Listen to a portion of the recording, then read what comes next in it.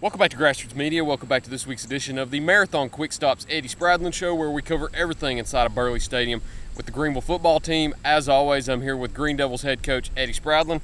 Back in Burley Stadium. Yeah, on a nice hot Monday morning in September 23rd. Yeah. You asked before we cut this interview on, is it ever going to turn fall? It doesn't feel like it. No, Lord.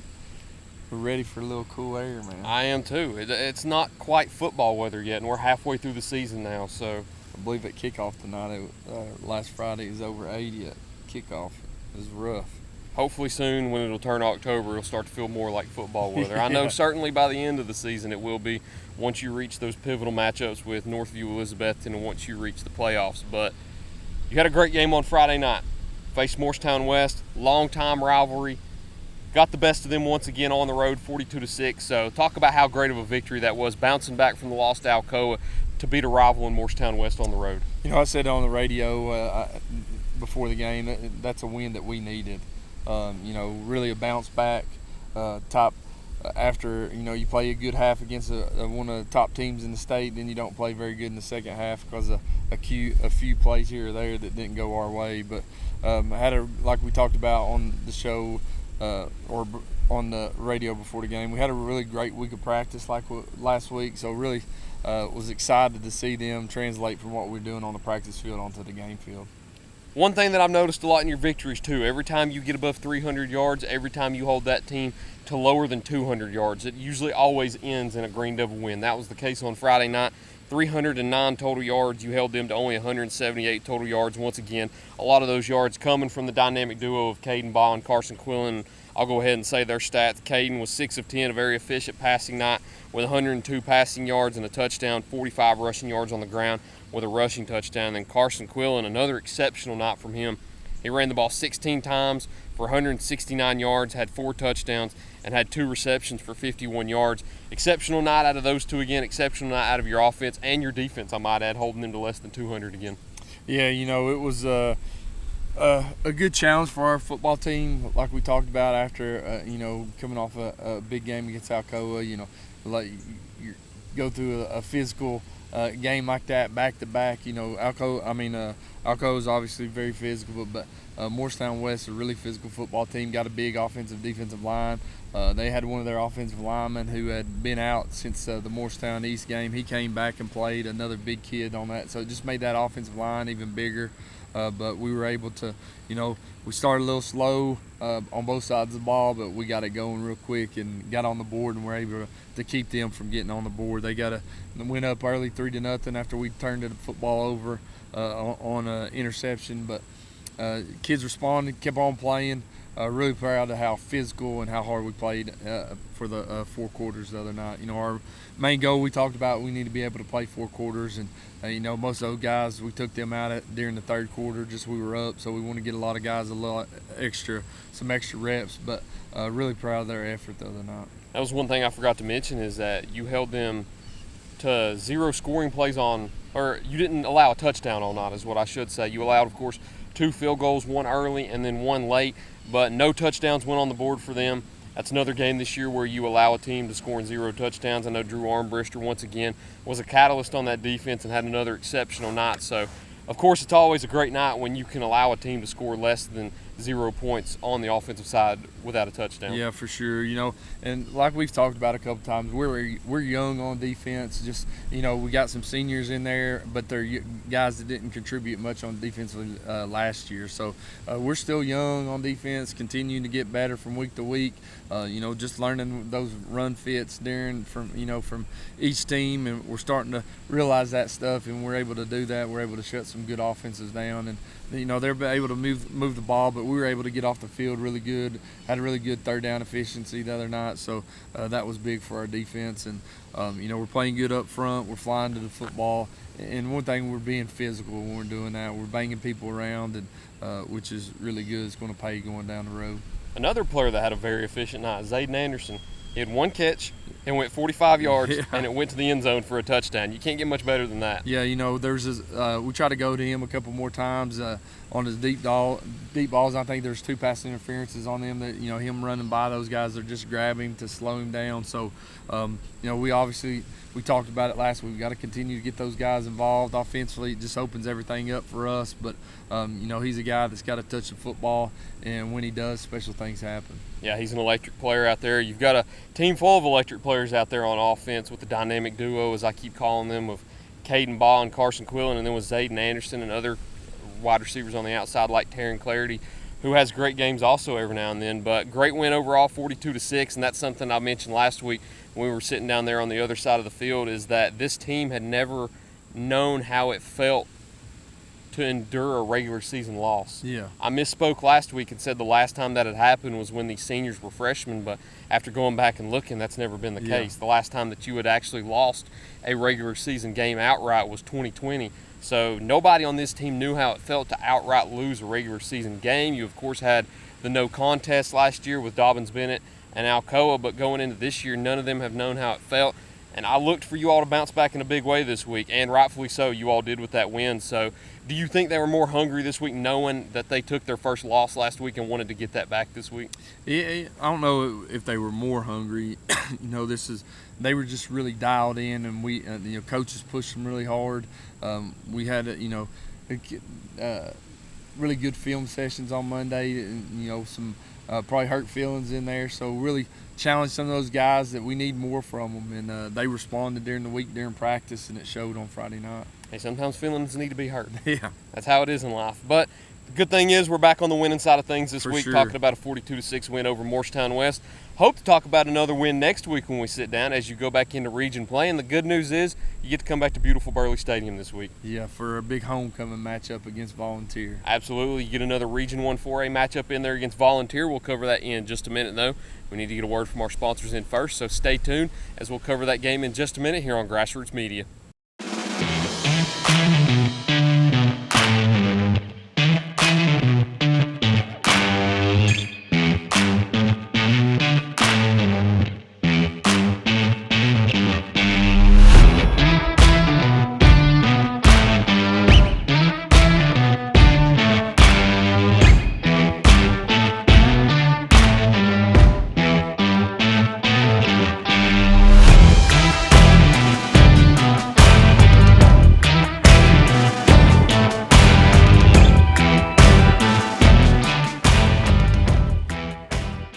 Pizza Inn offers contactless buffet to go with JoJo's Family Feast or anything on our menu for carryout. We also honor birthday parties and cater to businesses and large events.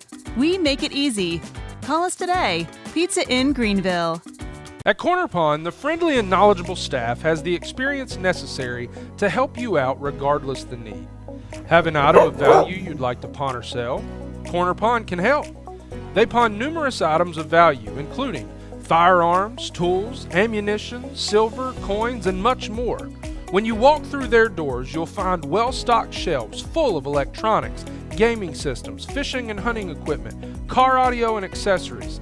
And don't forget about the room full of guitars and basses and amplifiers, or their outside lawn and garden equipment. Corner Pond is a case knife dealer and carries numerous used knives as well. Stop by and let the friendly staff at Corner Pond help you today at 432 East Bernard Avenue, Greeneville, Tennessee. Welcome back to Grassroots Media. Welcome back to this week's edition of the Marathon QuickStops Eddie Spradlen Show, where we cover everything here inside of Burley Stadium with the Greeneville Green Devils. As always, I'm here with head football coach Eddie Spradlen. So you get to return back to beautiful Burley this week. It's been a long time. I think second game of the season, whenever you played Dobbins Bennett down here, was the last time that you stepped foot on this turf on Friday night. You get to do that again this week with your first Region 1 4A game here at home against Volunteer. You had one earlier this year against Cherokee, picked up your first win, looking to pick up the second win this week against Volunteer. How do you plan on getting it done on Friday night? Obviously, I probably didn't talk about it enough, how good our offensive line's playing right now. Carson Quillen's obviously, like we talked about, had 4 touchdowns rushing the other night, but it all starts with that offensive line.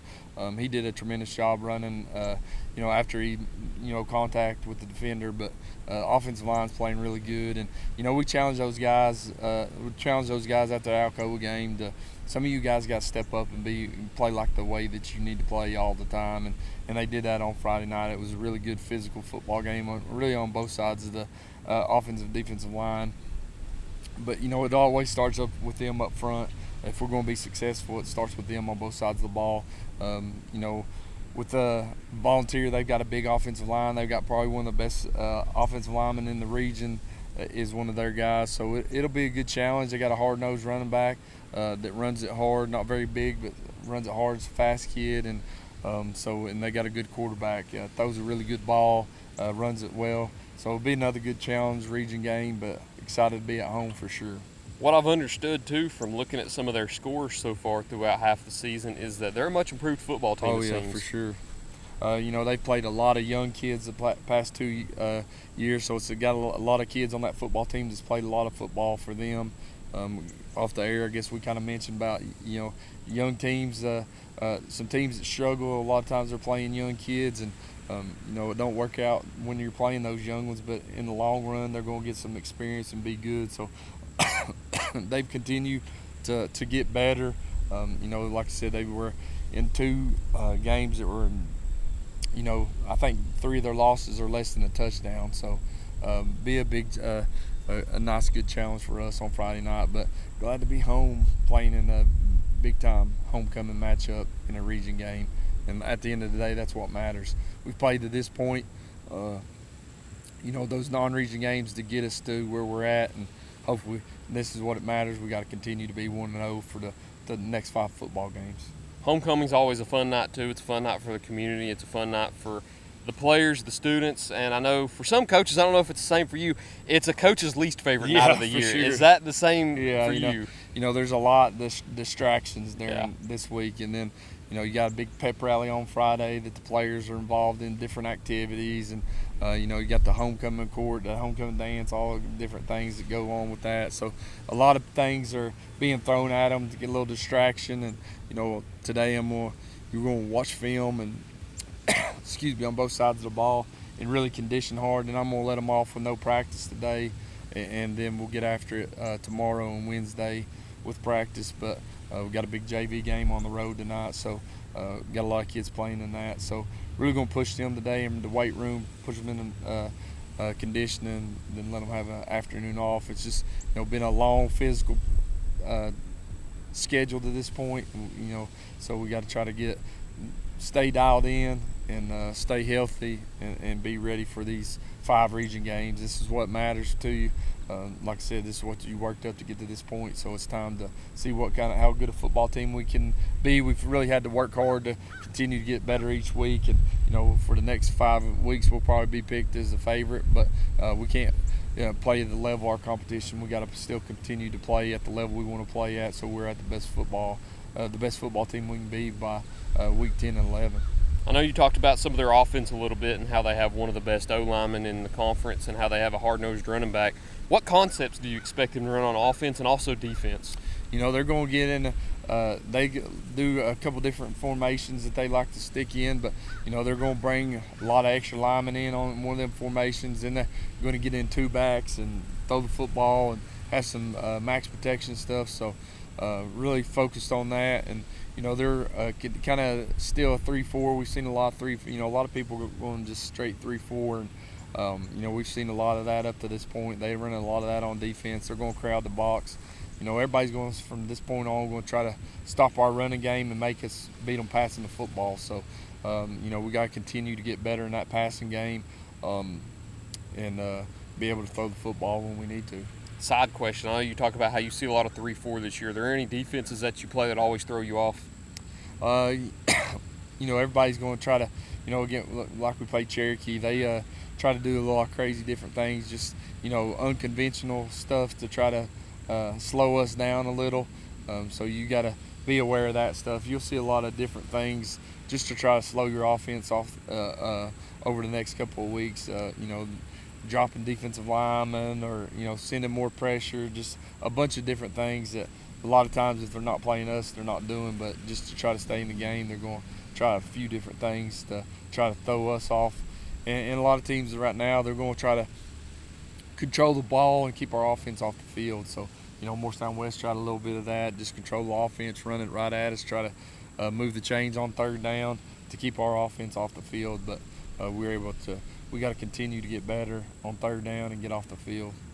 Going into Friday night also, we talk about it at the end of every interview. You've got 3 keys of the game that you need to carry out in order to get a win on Friday night. What are they when you play volunteer here at Burley Stadium? First one, I'm going to go one each side of the football. Special teams, we've got to be better on special teams. We got to continue. We were better on Friday on kickoff, but we got to continue to cover on kickoff, kick in the end zone when we get the opportunity. But we got to continue to get better on that. We've got to, probably put a few more guys back on there that we need on there, but we've got to get better on kickoff. And, in these next 5 games, we got to win the special teams battle each week. Second key has got to be defensively. We got to continue to get better at our run fits and stop the run and make sure we're getting 11 hats to the football. It really showed up on Friday night that those guys were getting there. We're much improved from week to week, but still not where we want to get to. Like I talked about, as a young football team that we need to make sure that you continue to get experience from week to week, but the better you run to the football, the better you got a chance to shut the offense down. So we've got to continue doing that. And then thirdly, the final one, we got to make sure our passing game's got to continue to get better. We know we can run the football, but we got to be able to, right now we're beating people throwing the football, throwing over top of their heads, but we got to continue to improve on our passing game to make sure that, that's a part.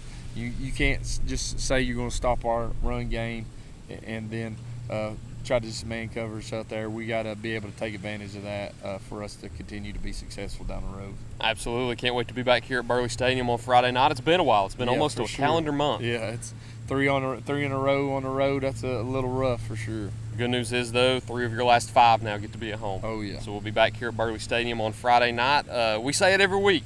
I'm going to say it again this week. It's homecoming week. Oh, yeah. There will be a lot more people here on Friday night that usually don't come to the football games. You got a lot of grandparents, moms and dads, family that want to see their girls and guys in homecoming. Yep. So get here early on Friday night. You don't want to be parking all the way down there at the barbershop and walking all the way up here. So get here early enough that you can park, get a seat.